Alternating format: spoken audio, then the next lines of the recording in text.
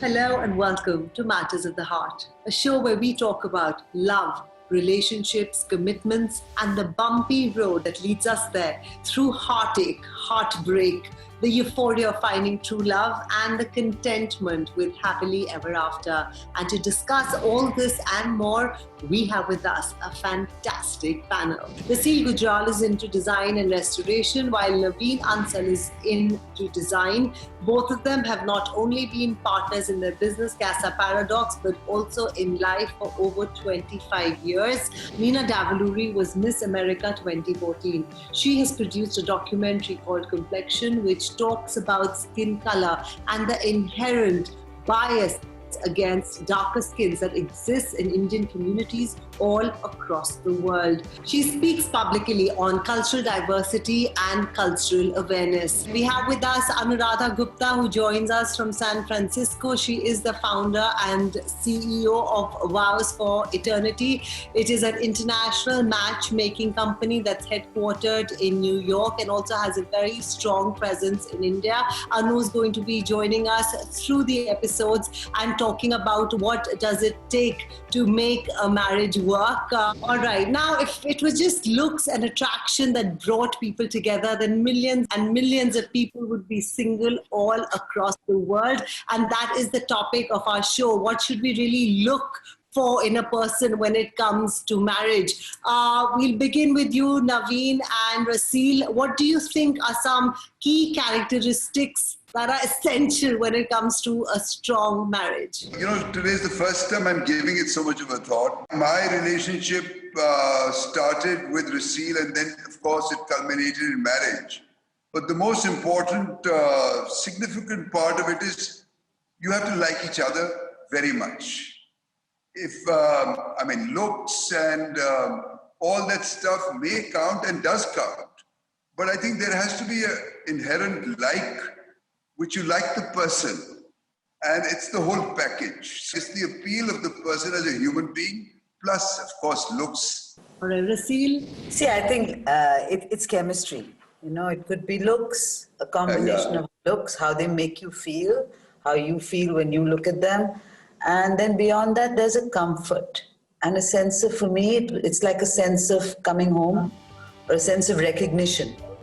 Where I recognized him to be somebody who was part of me.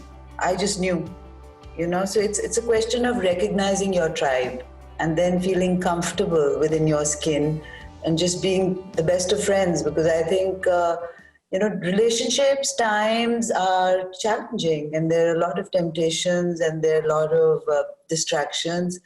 And it's going to be bumpy anyway. So if you don't love each other, it's going to be impossible to go through the ride. I absolutely agree. Nina, beauty pageants are all about how you look. But when it comes to marriage, do you think looks play an important part or not really? Well, I think there's definitely an element of attraction that's important. But just speaking for myself, I remember the gentleman that I was seeing before I won Miss America, he had said something along the lines of, oh, well, no one will love you as much as I do because I knew you before you won and I loved you for you. It was hard for me to get past that because I think that's a little controlling in itself. I think for me, I recognize that I think there's a lot of attraction that comes your way, there is a certain element that I think is important, but ultimately when we talk about values, it's one thing to say that, when you talk about values, you talk about friendship, you talk about family, you talk about, maybe even religion, but I think there's how you actually practice that is very different. And I think that takes time to get to know a person. All right. Anu, how is it for you when you set up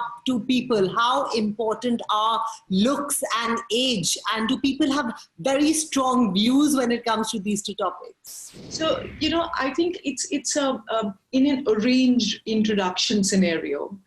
It's almost like having, people almost have a checklist, as if you would, and then you can really have anything on that. But as far as looks and age is concerned, I think looks are an important part of marriage in general. with some people, the focus on looks is a lot more, and it tends to get a little bit skewed. But generally, I think it's an important part of marriage, and it should be, whether it's looks, it's attraction, it's chemistry, it's the vibe, it's the personality, all of that clubs together. So yes, it's important. Age is actually very interesting. There was a time when I would think age is just a number.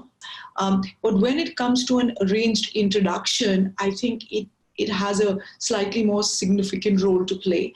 So our members are between 24 and early 40s, but somewhere around mid-30s there comes a turning point. Till the time people are up to 34, 35, the age gap is less important. Typically, people prefer an age gap of between 3 to 5 years. That's what I've seen. But somehow post 35, there's some sort of switch that seems to go off, and people start increasing the age gap. I think a lot of times it has to do with wanting to start a family, and that's an important part of practically why that comes into play.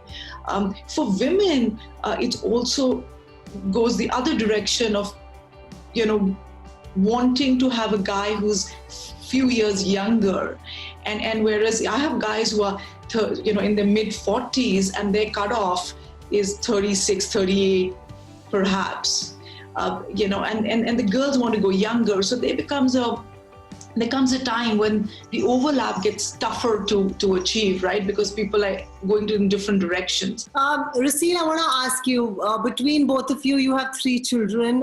You have lots of friends yourself. You've seen lots of marriages over the course of life. Do you think love and attraction and age, and how important are these things when it really comes to dealing with the bumps on the road? Because we all know marriage is not a Bollywood movie. There are tough moments. That is the Bollywood movie. That is the Bollywood movie. So, I mean, yes, without love, without attraction, don't get in the car. All right? So you've got to have that well packed and with you. And so I think that's an essential. And that's coming from my angle where, I am in a relationship which is based on, a mutual choice rather than an arranged situation.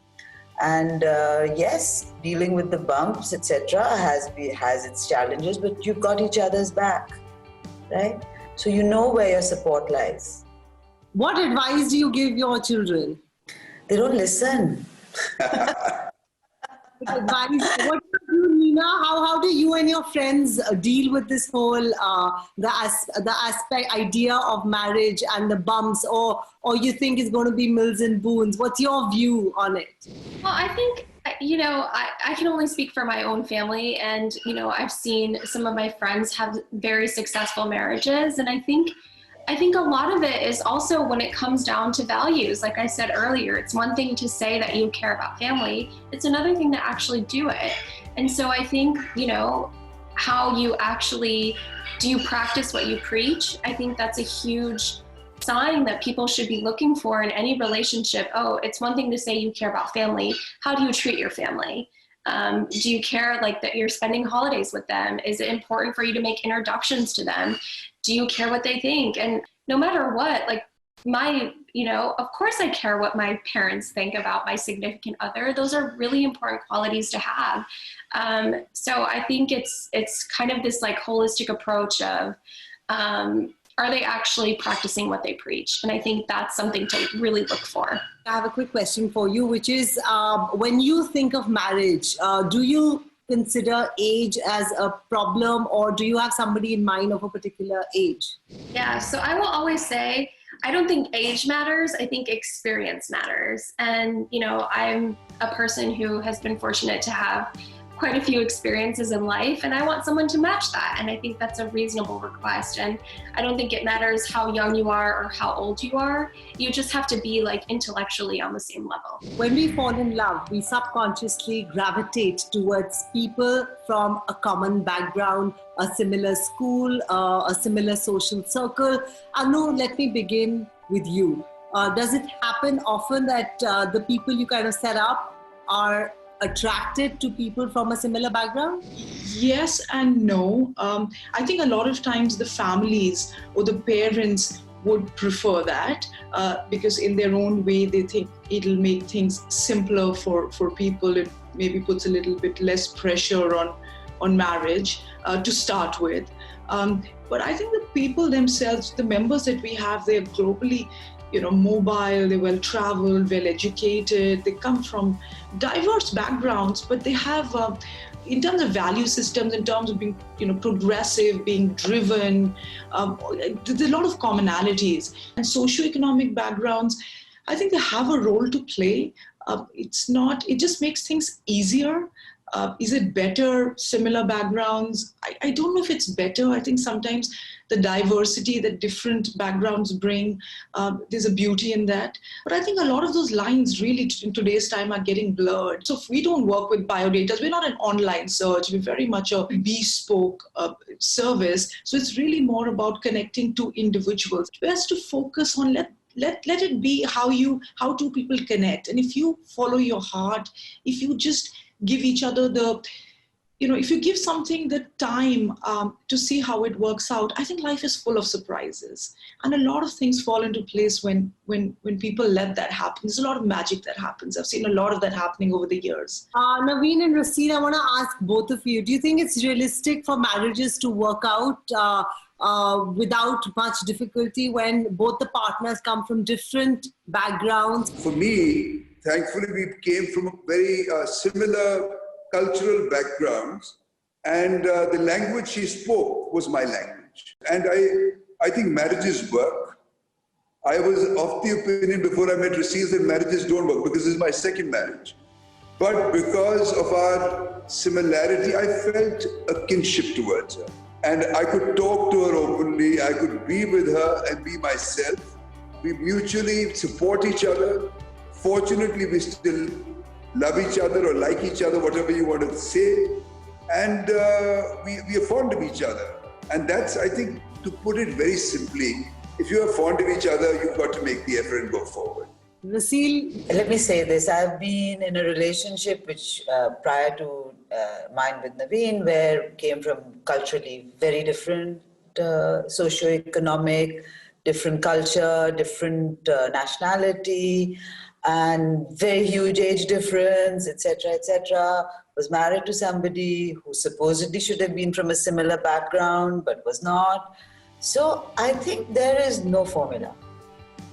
Okay, I think the thing is that, like Anu said, that you follow your heart. But on hindsight, because I think all my conceptions of intellectual compatibility and certain sort of ideology all went for a toss once I met him, because he was very different from somebody I thought that I would fall madly in love with. And I feel that coming from a similar background, speaking the same language, like Naveen said, both of us are vocabulary snobs. It makes it easier to then tackle the big stuff. You're not just dealing with the small stuff, and where you grow together. Lovely. I have to say something because I think your original question was about like interracial relationships. And I think a part of being in a relationship is also educating the other person. So I think it's really important that if you are dating someone outside of your culture, your religion, your race, that you also are open to questions and you're willing to answer them. And I think cultural competency is a huge piece of that, to be able to say, hey, these are, I celebrate Diwali and I would love for you to come. And this is why it's important to me. I think it's a two-way street of being able to share and be honest about that. And I think that's how you build a life together. I agree. Yes, Anu. I want to talk a little bit about, my own personal experience here, because I'm hearing what Nina is saying as well. And I think, I have in the past, I've been out of India, for so many years now, and I have in the past dated, non-Indians, but I always felt, there was that one thing that was holding me away, a step away from marriage. Just that whole thing, like Nina mentioned, it can be done, but I always found it was a struggle. I wanted to be at a place where I don't have to explain what Diwali is. I want you to just get it. I want you to know what it kids. I didn't want somebody meeting my parents and saying, calling them by their first names. I wasn't okay with them. I wanted them to call, mom and dad. And over the years, I've changed a lot in my thinking. I ended up, getting married to somebody who, I've said this before, was totally opposite to any and everything I thought. Didn't check any of the boxes. Culturally different, family different, language different, food different, total vegetarian, total non-vegetarian, all of that. But I think in a lot of ways it was because the focus and what I've always focused on, whether it's personally or through what I do, is that, connecting with somebody where you share the value systems. I think if value systems are aligned, you connect. There's certain things that you connect on and you don't. So I think there are some things which need to be similar in my viewpoint. Conversation, we come to the conclusion that there needs to be some commonality, whether you are from the same race or a different race. You need something in common to fight for and to make it work. Before we hit a break, I have a quick question for all of you, and that is trust. Are all of you okay with a chat with the exes? Nina, we begin with you. I think it depends. I think it depends on your relationship, because I think every relationship is very different. So if I were in a relationship with someone and my boyfriend said, I don't want you talking to your ex, I think I would ask him the question, well, why are you insecure? So I think there is a balance of, are you guys friends? Like, there's a lot of history, but I think it's very person dependent. All right. Naveen, how about you? I can only speak from myself from a man's point of view. Firstly, I think why Raseel and my relationship works is because of our being transparent. There are no secrets. I don't keep secrets. So when you talk about trust, that's number one. And if I trust her, then I can be myself with her. So when it comes to exes or ex, she knows everything about me. And I know everything about her. Is it okay if Raseel talks to her ex? There's an ex anyway who we've got a child with.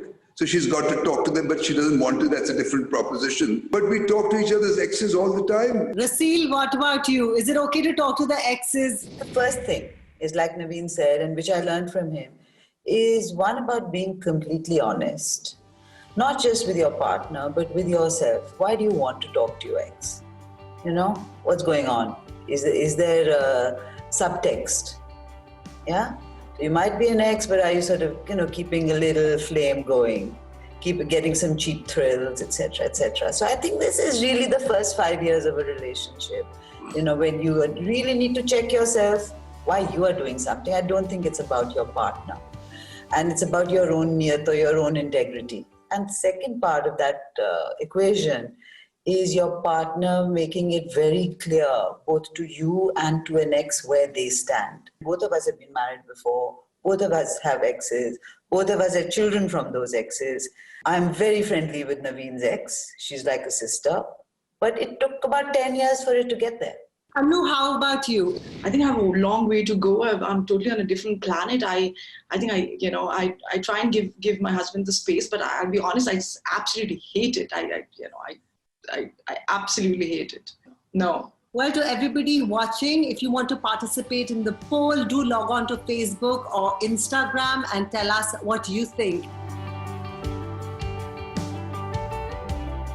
It's unbelievable as one approaches 30 in India. Parents can't get enough of telling their children, you are just too old and you cannot accommodate to your partner's needs or to their family's needs. Does it really hold true? Should one just stay single after a certain age, or should one live in to discover their partner and get to know them better? Dina, what do you think? Well, I am 31 and I am still very much single. And I choose to be that way. That's not to say that I'm not looking for love, but I think, I don't know, I feel like there's sometimes this settle culture of, you're a certain age, you have to settle, you should just find someone. I believe that you have to find the right person no matter what age, and I've seen my friends and family who have also settled, and I've seen ones that have waited for the right person. And so just kind of from that experience, I don't think you should have to settle just because you're a certain age. You have to find the right person, and that right person may come along when you're a little older, and I think that's okay. Anu, Naveen, Raseel, I want to ask you all, in your experience, do you think couples need to spend a lot of time getting to know each other before they tie the knot, just to make sure they are not just skydiving into the ocean? Or do you think they might find out too much?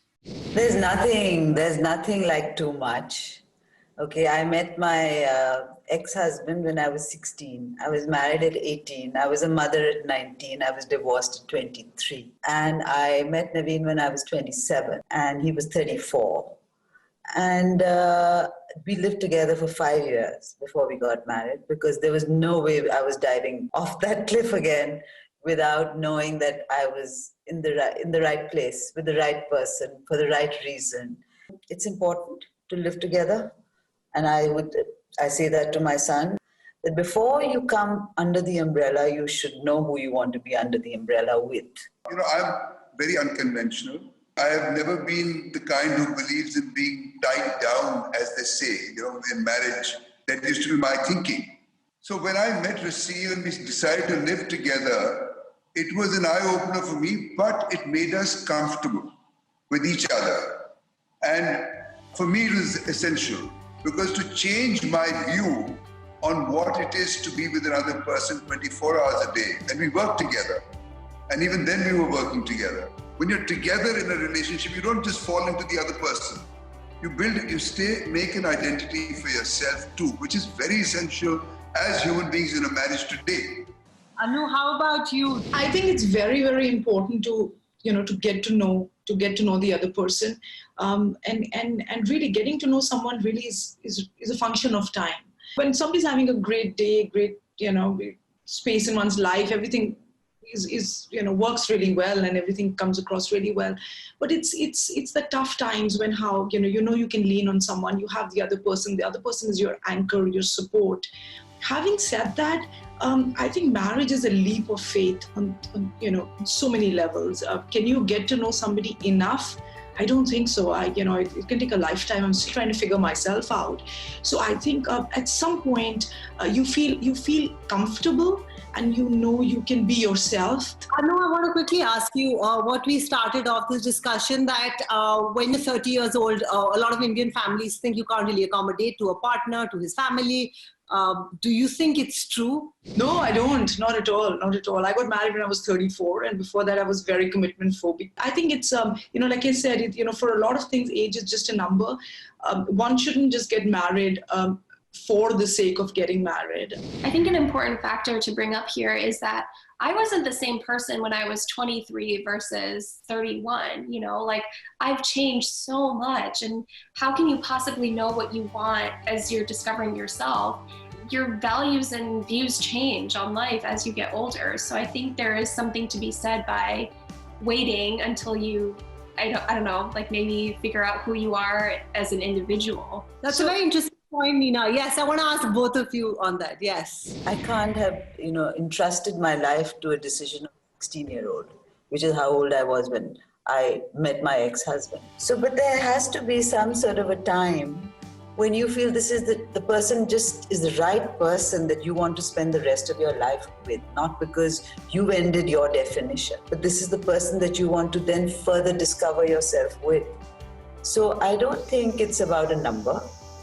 I think it's very important that you get married for the right reasons. It should not be because you have to settle. So no Mr. Right now, it has to be Mr. Right. Anu, how about you? I want to ask you, so Nina said a very interesting thing. How do you know who's the person you want to grow old with? Or as you evolve, how do you make sure you don't evolve into two different people?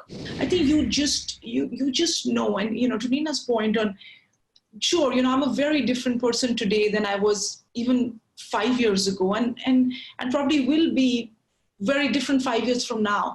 And so that growth is always there. Marriage is very fragile. There's a lot of work in progress. And I think it's both people should want to be in something. And when they do, they both put in the effort that's required. And you look out for the other person and you make it work. It just works. And when I met my husband, nobody could believe it. This was probably the second time I met him. He'd come to leave me. I was in LA, and as he was dropping me off at the airport and I was leaving, and he just gave me a hug. And at that moment, I felt like I was leaving something very, very important behind. But I just knew at that moment, this is the man and I don't want to lose him. I want to be with him. And, you just know. I think you just know. You know, and Nina, I hope you are making pointers in your mind. I am. So Nina, as a person who thinks marriage is part of life's journey, what's your big takeaway? Follow your instincts. They have never led me wrong. There's a gut reaction I think we all have. So trust your instincts. And I think you'll find the right person. Anu? I've learned that, sometimes life is not about becoming anything at all. Sometimes it's about unbecoming everything that you're not. And really, just being with someone who grounds you, who's your anchor, that just focus on that. Everything else will fall into place. Naveen, what's your big takeaway? I think marriage is something we all have different opinions, but intuitively, that's what Anu said. I think there is something about being intuitively aware. There is something that tells you this is the right person. And you may not be able to put it into words. All right. Raseel, very quickly, your views. I was given very strange advice by my brother when he was getting married, and I was already married. And he says, and this is Bedina sitting here, he says, there'll always be another Miss America. So you've got to settle one you have and build on that one. All right. On that note, clearly we have all agreed to the fact that you do need to find out whom you're marrying, spend time. If all it takes is living in, go right ahead and do that. The concept of Chat Mangni and Pad Bhya is not true anymore. Thank you all of you for joining us, and see you again very soon. Thank you. Thank you. Thank you very much.